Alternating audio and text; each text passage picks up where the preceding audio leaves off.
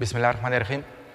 ملګرو د پولیټیکل ساينس نوی ټاپک د ریلیشنشپ بټوین هیستوري اینڈ پولیټیکل ساينس دې سره درته حاضر یم چې د دواړه سبجیکټ چې دي هیستوري او پولیټیکل ساينس یو بل سره تړون سره او د یو بل نه په څه باندې جدا دي مختلف دي نو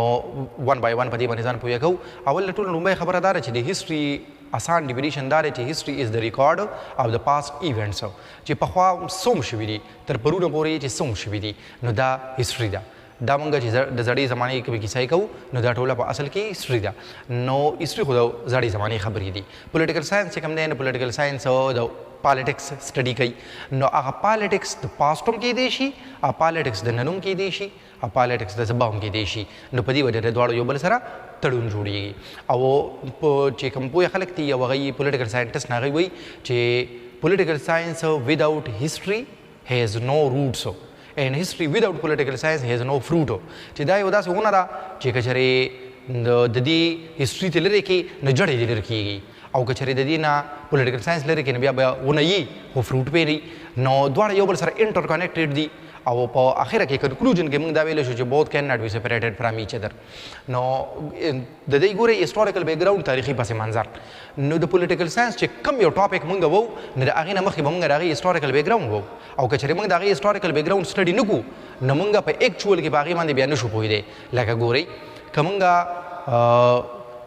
1935 ایکټ وایو که موږ د پاکستان ازادي وایو ته چې کله تقسیم هند شو نو چې دا موږ وایو نو موږ به د دې هسټوریکل بیک ګراؤنډ وو که موږ د قائد اعظم 14 پوینټس وو موږ به د دې هسټوریکل بیک ګراؤنډ وو چې دا ولې 14 پوینټس پیش کړو نو دغه شان که 1935 ایکټ چې موږ وایو د دې نه مخکې کم کم ایکټس پیش شوي وو دغه ایکټ په دغه وخت کې ولې ضروري وو او دغه ایکټ چې کله پیش شو نو بیا د دې افټرمات سو نو دا هیسټري به ورسره موږ وو هسټوریکل بیک ګراؤنډ نو مطلب د خبرې څه شو چې په پولیټیکل ساينس کې هر یو ټاپک په موږ هسټوریکل بیک ګراؤنډ سره وو نو د هسټوریکل بیک ګراؤنډ خو هسټري ده که نه او د دې نه بغیر نیمګړی بیا دویم نمبر ګورئ پولیټیکل هسټري نو موږ خو هسټري چې کوم دی او یو لوی سبجیکټ دی په هغې کې خو څه دي په هغې کې خو چې کوم دی د تاجرانو کیسې هم دي په هغې کې چې کوم دی نو د مذهبي کیسې هم دي خو په هغې کې د سیاستدانانو کیسې د ټولو نه ډېرې دي او که تاسو موږ وګورو نو موږ چې کله د هسټري کتاب راوړو او سټډي کوو نو که موږ د مسلمانانو تاریخ لولو نو موږ مسلمانان د عوامو تاریخ ګورې نه لولو د ولس تاریخ نه دی په ایکچوال کې موږ د بادشاهانو تاریخ لولو نو چې موږ د خلافت راشده او بیا د خلافت بنو امیه خلافت بنو عباس موږ د دې تاریخ لولو دا موږ خو پولیټیکل هسټري وو او موږ چې پولیټیکل هسټري کوي دا موږ پولیټیکل هسټري مطلب دا دی چې پولیټیکل هسټري از مور ډومیننټ اینڈ مور امپورټنټ دین د آل د سبجیکټس فیلډز اف د هسټري نو چې دا پولیټیکل هسټري چې ده نو دا موږ په پولیټیکل ساينس کې دننه وایو دا هم هسټري ده او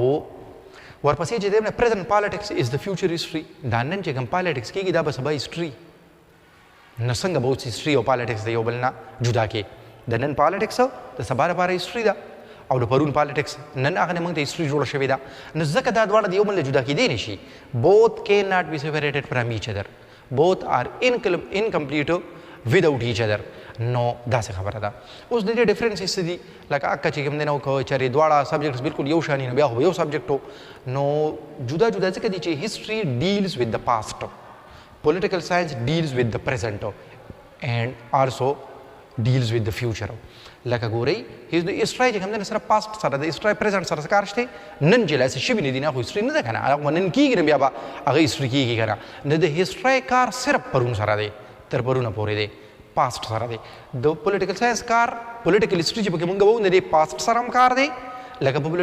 پولیټیکل ساينس کې موږ د سټیټ پاست هم وایو پریزنټ هم وایو فیوچر هم وایو موږ د پولیټیکل ساينس کې ګورنمنټ څنګه جوړ شو پخوا زمانه کې حکومت څنګه و پخوا زمانه کې ریاست څنګه و قانون څنګه و سوسایټي څنګه وه سیویلایزیشن څنګه و دا ټول چې موږ وو نو موږ پولیټیکل ساينس کې دننه پرونو وایو موږ په پولیټیکل ساينس کې دننه نن د پاکستان نظام نن د انګلینډ نظام نن د امریکې نظام دا هم وایو نو دا نن دی او فیوچر هم وایو چې راتلونکي وخت کې پریډکشن د هغې په بنیاد باندې پولیټیکل ساینټسټ پیش کوي چې راتلونکي وخت کې څه کېدی شي په ورلډ سټیج باندې د یو ډومیسټک لیول باندې هر څه چې ومي نو دا دې کې دا درې واړه ټچ کوي هغه سره یو ټچ کوي دا پکې ډفرنس دی بل ډفرنس دا دی چې دا یو ډسکرپټیو دی ډسکرپټیو چې کوم دی دا کیسه یې ده نیاګانو چې موږ ته کیسه کولې یا نیاګانې چې اوس هم کیسه کوي نو بس کیسه یې را شروع کړي نو ډسکرپټیو دی یو بیان دی دا یو بیان دی چې بس دغه شان جاري ترتیب سره دا بیان نه دی نه نارمیټیو ساینس ورته وایي او نارمیټیو ساینس دا دی چې دا معیار قایموي دا صرف کیسه یې نه کوي دی د کیسه په هر موړ او په هر اړخ باندې تا ته وایي چې دا ښه دي دا بد دي دا ښه دي دا بد دي